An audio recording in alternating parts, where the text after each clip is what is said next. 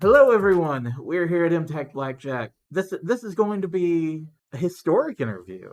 Happy to, yeah. Well, I think for MTAC, happy to welcome back in 2023, Marin Miller. Marin, welcome back to MTAC. Hello, so good to be back and under a shiny new name. Yes. The other one felt a little outdated, so I shortened it down, got rid of some letters, and now I'm here as Marin Miller. It's nice to be here. Hell yes.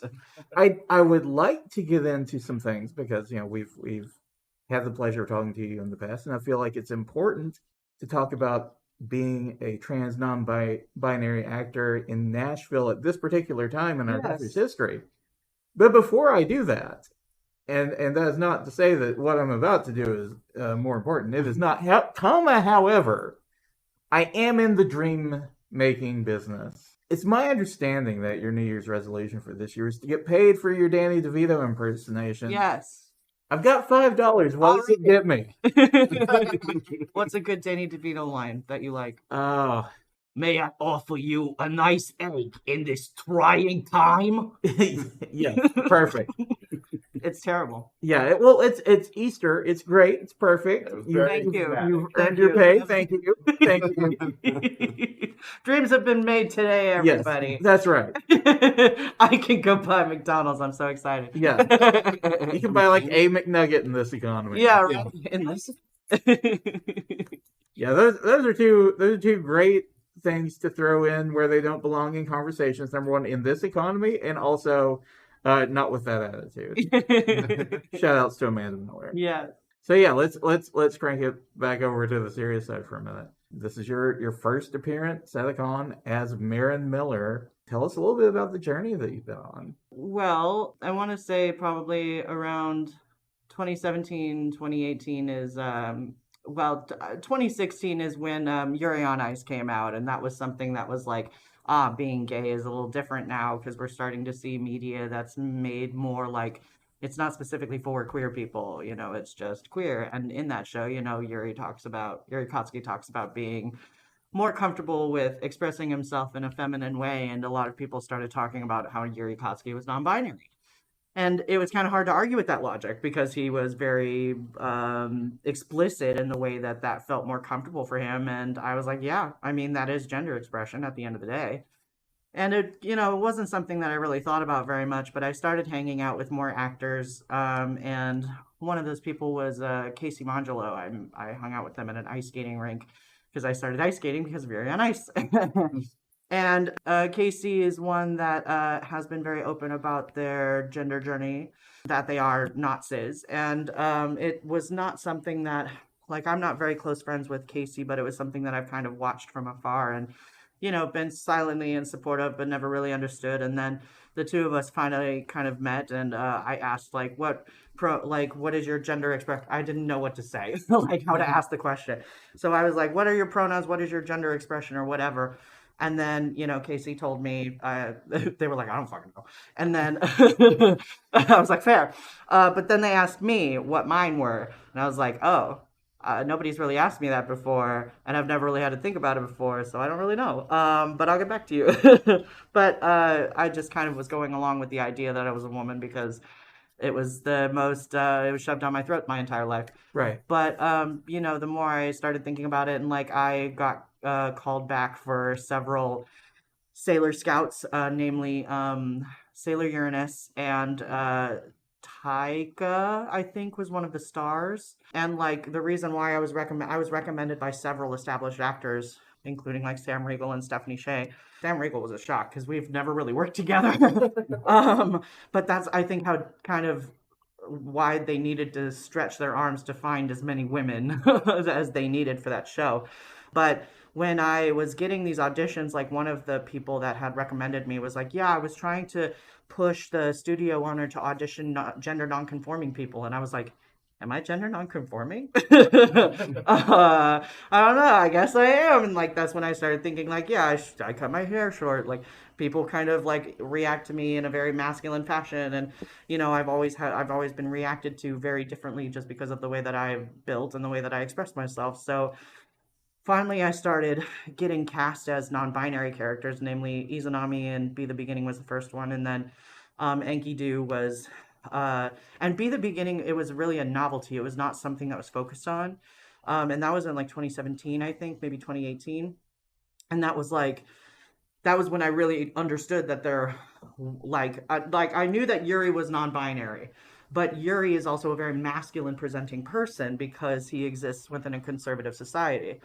But Izanami is very like they wear a skirt. They have weird clown makeup on. They like speak in weird poetry. They shoot guns. Like they're not they kind of walk a weird line that is not easily definable.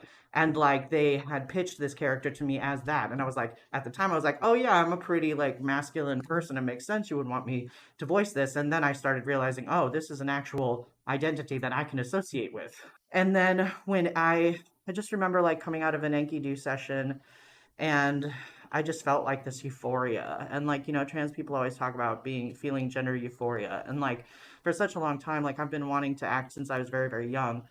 So acting has always been an active part of my identity. And like the characters that I have been put into a lot of times do not feel comfortable because they have a very rigid performance of gender, particularly women.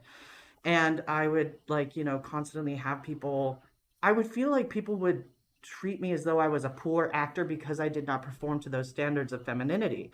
And it's like, it's not that I'm not a good actor, it's that I express myself in a way that you do not find marketable because you are not used to people that express themselves the way that I do. And when I came to that realization, like, it was when I was cast as Enkidu, and like, whenever when I was cast as Mosan, it wasn't quite as often because she in Fully Cooley she was more masculine, like rough and tumble. But like there was still a feeling of like a little bit of rigidity, like I needed to worry about how to present the voice. But when I was Enkidu, there was none of that. Like all of these things that I had been scolded for whenever I would present as a woman was something that they would be like, yes, more. And that was something that was really exciting to me because it felt like I was doing something right and it felt like I was doing something unique because it was something that I'd never really heard anybody else do before. So, but I knew that when I was coming back, that I was feeling things that were like I felt very free in that character. I felt like the gender didn't matter, that I could just be a person and express myself. And that was something that I never really had a chance to do because I'm usually a utility player and those characters are very limited. But like coming home, I was just like, this feels right. I think I'm non binary. And like, I know that these characters are going to be more prominent. And if I keep accepting these roles, especially living in a state where I'm not in as much physical danger as other people that have a similar identity, it's just going to make them feel more erased. Even if I am accurate to the role, if I do not tell them what I am, they're still going to look at me and be like, that's a cis woman. And like that solidarity, that feeling of like, I can succeed. These roles do exist. And there is a niche for me to fit into. Like, that's why I ultimately decided that like it would I would not be doing myself or anyone else any favors by keeping that stuff to myself. So I came out as non-binary in like 2019, I think, after right before Enkidu came out, because I decided that it would be wrong for me to not announce before, because I knew Enkidu was a non-binary character. They were explicitly referred to as they, them. Um, and when that sort of coding happens, it's not an accident. So I wanted to make sure that we were all on the same page and explicit about that. And then, it took a while, but I started learning more about, well, and even before that, like, it took me learning about certain kinds of gender affirming care before I was like, yes, I am trans. Because there is a spectrum of non binary that do not include trans people. And during that time was when I just kind of used she and they, and then I would, I still used my birth name. But as time went on, like, you start realizing oh, there are things that you're in denial about for a really long time, and you start putting all those things together, and when you do, you're like, yeah, okay, these things, I can start making these decisions. So, I mean, a lot of my transition has been throughout the pandemic, because I came out, I want to say, in like August of 2019, and then I started taking hormones around my birthday in 2021, I think. So I've been on them for about, well, maybe actually it might have even been 2020. But either way, I've been on them for quite a while, and like, it's, I have to say, it is very bizarre to suddenly find, I mean, like, I say suddenly find myself, but like, because I walked into this identity knowing what it would mean, but I couldn't quite imagine, the aggressiveness of which the culture around trans people would evolve in such a short amount of time. So that's been a interesting, but it's something that I don't regret, and I'm having a great time. Yeah, you'll have to forgive me. I'm trying to connect with this because obviously a big source of privilege for me is I am white and male and cis and Mm. hetero. Like that's obviously a big source of privilege for me. So there are a lot of things in your journey that I'm trying to connect to in a way that makes sense with my own journey because I do think there's something very precious in the notion of that freedom, that euphoria of, you know, I feel like people in a lot of walks of life can at least familiarize and identify with the idea of just having that sort of oppressive feeling about who you are, whether it's from childhood trauma or just something else in somebody's lives. You know, unfortunately, a lot of people tend to experience things that once it's happened to them, it hurts them and it oppresses them for lack of a better term. You just kind of carry it all of your life. And I feel like with like mental illness, that's something that a lot of people, including myself, have gone through where they just like carry it and carry it and carry it and carry it. And they don't know how to feel seen and heard and understood by other people. And so I think finding that not necessarily through others, but for yourself, that has to be an incredible moment in your life. It's funny because, it's not quite one moment. It's a lot of moments, like Right. there you have, but it is like, we all have that narrative of like, I'm sure all of us feel like, especially at an anime con, we've all been bullied Sure. Sure. for one reason or another. And Fucking like, nerds. yeah, we're all fucking nerds. And like, it's kind of like you start thinking about the kind of insults that you get depending on what you look like or whatever, and that stays with you. And like when you have things that, because basically it's transness is not just the social, it's also the physical. Right. So when you have the social like beating you down because your body does not match with whatever they want from you, Yeah. and then when you feel a physical disconnect with your body, because like like obviously the expression was just a social thing, and that's why I didn't feel comfortable identifying as a trans person right away. But then I started noticing and looking back and recognizing patterns of sexual things that I felt unfulfilled by as well. And so like when you start realizing that other people have similar patterns of interests as you, and that it's not something you need to be ashamed of, it's something that needs to be communicated and understood, and it's okay to not like understand every part of it, then it becomes like much less of a burden, like I I'm doing what I can to change what I want, and like I feel like every trans person is like kind of carrying the burden of like reality. Yes. Because like each person has a different idea of what their ideal form is, right? Regardless of whether or not you're cis or trans, we all have an ideal body. But trans people have a spectrum of sexual organs that may or may not exist in reality that would make them feel more comfortable or more empowered to be the best version of themselves. And I don't know, it's just sad that so many people can't be more open minded to that sort of stuff, because at the end of the day, like transness is nobody's business but mine and whoever is sleeping with me. And if you're not investing in my sexual wellness, you don't deserve to know anything about my sexual parts. That's just the long and short of it. But like when we think about our bodies, like if there is some sort of a disconnect between the way you feel inside your head and the way that you are manifested on this awful planet, it really starts to get to you. And, like people might call it mental illness, people might call it coping. Yeah, okay, I'm coping, but like I'm having a great time. I'm a functional member of society. Like, I had to find a way of like, because what was happening before wasn't working. I just hated myself and I was miserable all the time. So it's about finding a version of yourself that you love enough to want to fight for. And if that person doesn't happen to have the same genitals, so be it. But like I get that it's confusing for a lot of people to not understand the that things don't quite match. And I'm sure that even cis people have feelings of like, oh man, wouldn't it be great to be a chick and like have boobs, or oh man, I'd love to have a dick, or like we all have those days, but like just like with mental illness, it's not about feeling sad. It's about feeling sad 3 to 5 times a week. Like if you're being that affected by something, then something has to be done.